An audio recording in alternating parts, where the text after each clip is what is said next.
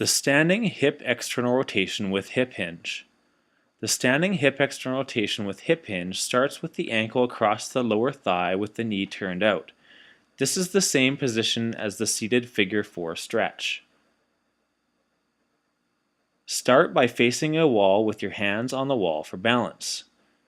From the figure 4 position, begin a hip hinge movement pattern to engage a stretch through the hip rotators. Pause in the position of length or stretch as you fully exhale and return to the starting position with a deep and relaxed diaphragmatic inhalation. Maintain a tall and strong posture throughout the exercise with chest out and chin tucked. As you lower down, focus on pushing the bum back and down while you engage the stretch.